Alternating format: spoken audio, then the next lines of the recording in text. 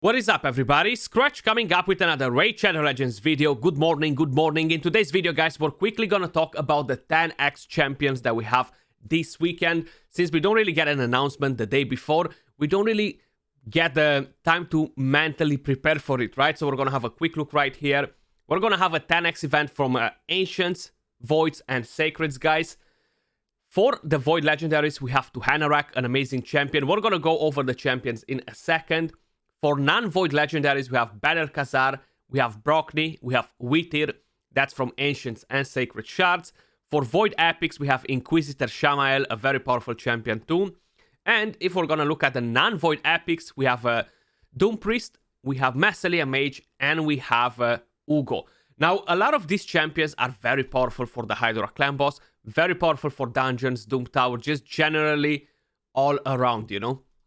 So we're gonna start with a champion that I'm actually missing on my account because I cannot show you the build for that one. But then I'm gonna show you the builds on the rest of my champions, kind of like Masteries, where exactly I'm using them.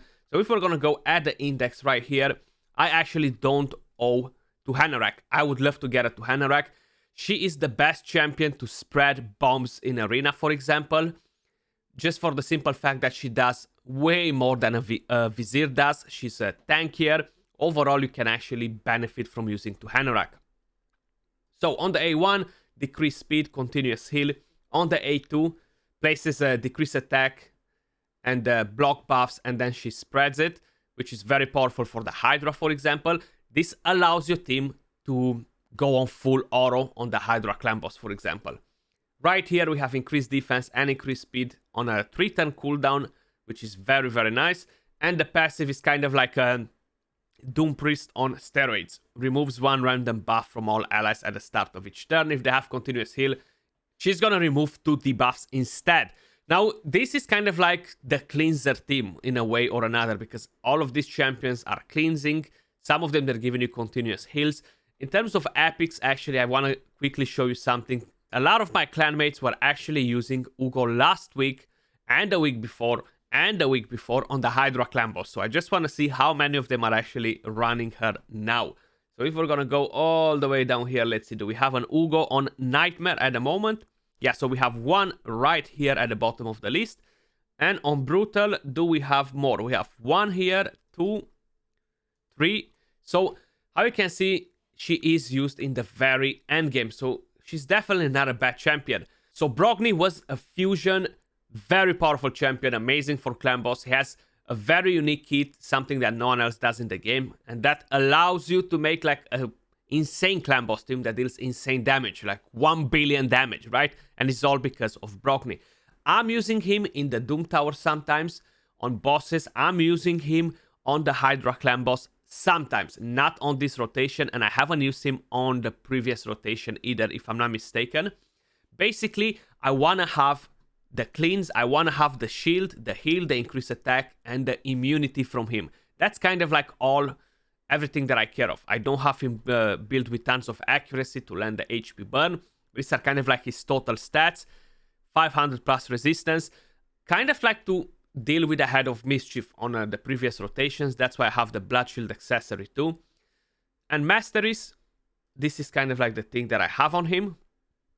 That helps for the Doom Tower as well. I don't really need a War Master from him for the Hydra clan boss when I'm relying on damage from Trandas and other champions, because I was mainly using him on the lower difficulties, you know, not on Nightmare or Brutal, because I have 2 Duchesses, so I was covered there. But you can definitely use him even on Nightmare if you want to. Bad El Khazar. So I'm actually using this one on the Dragon, and I'm using him on the Ice Golem. I don't think I'm using Bad El Khazar anywhere else in the game at the moment, honestly. Maybe for a secret room, but I'm not even sure if I do. Total stats, 63k HP, 3.3k defense, 231 speed, 358 resistance, 400 accuracy. So this seems to be a build maybe that I tried in Hydra ages ago and I never changed it, because it does have a lot of accuracy. And Masteries, I have Timely Intervention as tier 6. Because I'm using him in the Ice Golem, definitely don't give him War Master. That's gonna trigger the boss's passive and you're gonna get wrecked. That's why your team fails in the Ice Golem if you have a lot of War Master on your champions. One thing to keep in mind. But that's what I'm using my bad Alcazar. If we're gonna go all the way down right here to Witter. I actually got her not a very long time ago. I am using her in arena sometimes for my arena defense. I'm planning to change the build on her because she's not performing as good as I would like her to. But I have her on a resistance set and an untouchable, aka immunity from the Doom Tower. Total stats, 84k HP, 3.1k defense, 236 speed, 660 resistance, and masteries. We go on defense and support 3, and as tier 6 we have unshakable to gain more resistance. So that is Witter the Crowned. And talking about epic champions, I know this rotation is not really a necessity in your team. Inquisitor Shamael, right? So I mainly use him on the Hydra, depending on the rotation. This time around, we don't have the Head of Torment. Last rotation, we didn't have a Head of Torment, so we didn't needed him in our team. We can go around with different champions. He is good on the Dark Fate to cleanse the fear, depending on what sort of team you're using. But I have him built on a regen set and a crit damage set just to get a bit of damage out of him, you see. I gave him survivability over damage.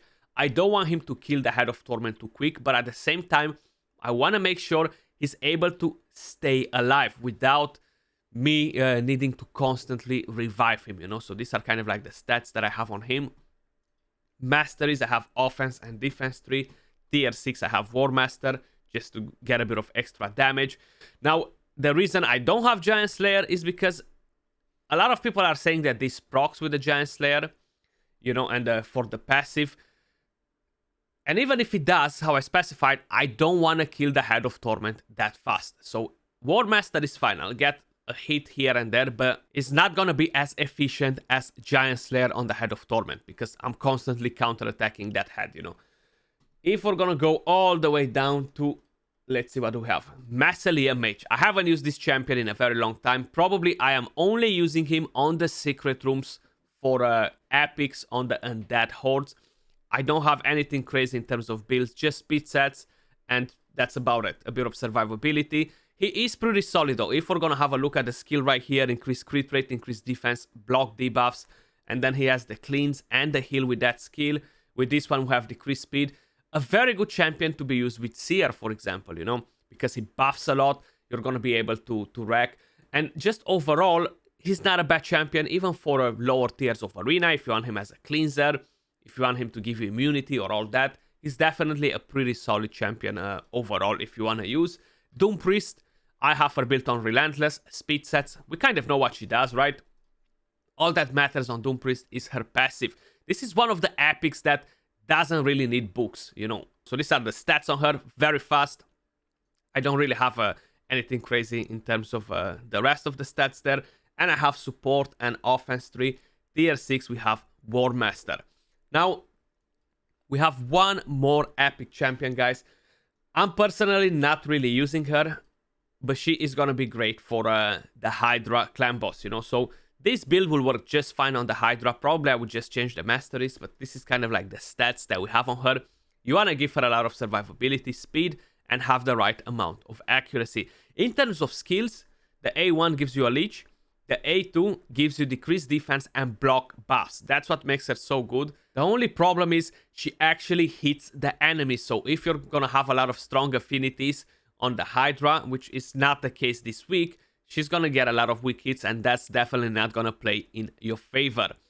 Right here, removes all the heal reductions from all allies, then removes one random debuff from all allies, then heals all allies by 20% of this champion's max HP. If all allies are dead, revives them with 50% HP and fills their turn meter by 50 instead, which can come in hand pretty good because she does have this passive. So overall, she can be a pretty good champion for Hydra, good for Arena, and even for Faction War, she's definitely not bad.